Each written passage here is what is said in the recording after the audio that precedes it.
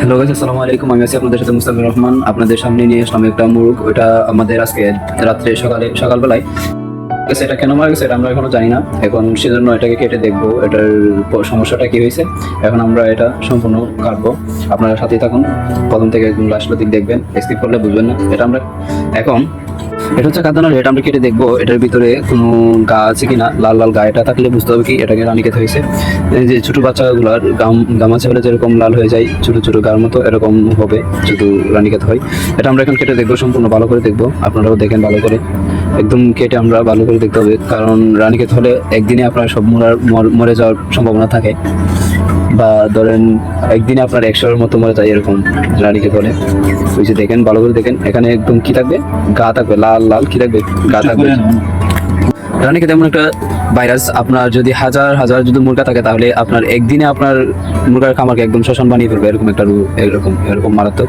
এটার ঠিক সময় যদি আপনার ভালো ওষুধ বা ভালো ডাক্তারের পরামর্শ নিয়ে যদি কাজ না করতে পারেন তাহলে আপনার একদম সবগুলোই একদম, সেটা আপনাকে ভালো করে লক্ষ্য করবেন। এটাতে যদি কোনো সমস্যা থাকে, এখন আমরা চলে আসবো দ্বিতীয় স্টেপে। দ্বিতীয় স্টেপ হচ্ছে এটা আমরা কেটে এখন দেখবো গিলাটা, যেটার মধ্যে কি থাকে, খাদ্য, অর্থাৎ খাদ্য খাওয়ার পর হজম হয়ে যায়, জমে থাকে বা হজম নালী এটাকে বলা হয়। ওটা আমরা দেখবো ভালো করে, এটা দেখতে হবে।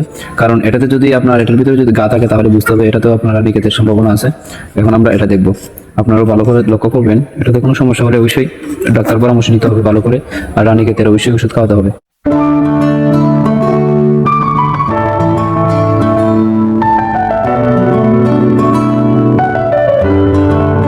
একটা জিনিস আপনাদেরকে কি লক্ষ্য রাখতে হবে, কারণ এটা লক্ষ্য অবশ্যই রাখতে হবে। এটা হলো কি রানীক্ষেতের অবশ্যই একটা লক্ষণ। এদিকে দেখবেন ওটার স্কিনের মধ্যে কোনো লাল কোনো কি হয়েছে, ঘা হয়েছে কিনা। এটা যদি দেখেন এখানে লাল ঘা হয়েছে তাহলে বুঝতে হবে আপনাদের রানীক্ষেতের আশঙ্কা আছে। অবশ্যই ডাক্তার পরামর্শ নিয়ে ওষুধ নিয়ে আসতে হবে।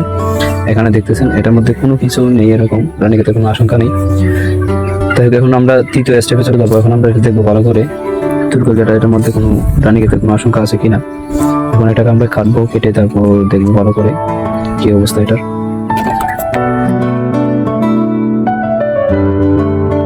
এটার ভিতরে আমরা দেখবো ভালো করে লাল ধরনের এরকম আছে কিনা। থাকলে বিষয়টা রানীক্ষেত দেখবো ভালো করে। যে এখানে দেখা যাচ্ছে এরকম কোনো লক্ষণ নেই, বললেই চলে, নেই বলে চলে না, একদম নেই এরকম। তাহলে আমরা রানীক্ষেত মুক্ত হলাম, এটা রানীক্ষেতে কোনো সমস্যা হয়নি। তাহলে এটার কোনো কারণ আমরা অবশ্যই দেখবো। আমরা চতুর্থ স্টেপে চলে যাবো, ওইখানে দেখবো কি সমস্যা। চতুর্থ স্টেপে অবশ্যই দেখতে হবে। এখন আমরা দেখবো গিলাটা, গিলার মধ্যে কি সমস্যা আছে কিনা, রানীক্ষেতের কোনো সমস্যা আছে কিনা, অর্থাৎ লাল লাল গা এটা কি আছে কিনা গিলার ভিতরে, এটা দেখতে হবে ভালো করে। এখন আমরা অবশেষে পেয়ে গেলাম ওই মুরগাটার মৃত্যুর কারণটা পেয়ে গেলাম। এটা অনেকগুলো পাথর খেয়ে ফেলছে, যার কারণে ওর খাদ্য হজমটা হয় নাই, ওই কারণে এটা মারা গেছে।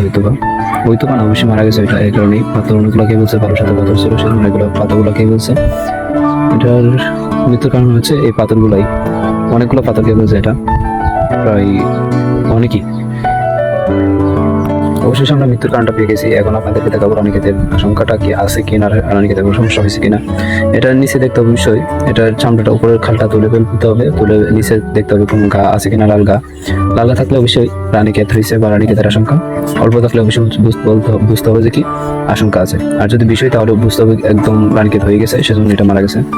কিন্তু এখানে রানীক্ষেতের কোনো আশঙ্কা বা রানীক্ষেতের কোনো চিহ্ন নেই, তাহলে বুঝতে হবে এটাকে রানীক্ষেত হয় নাই।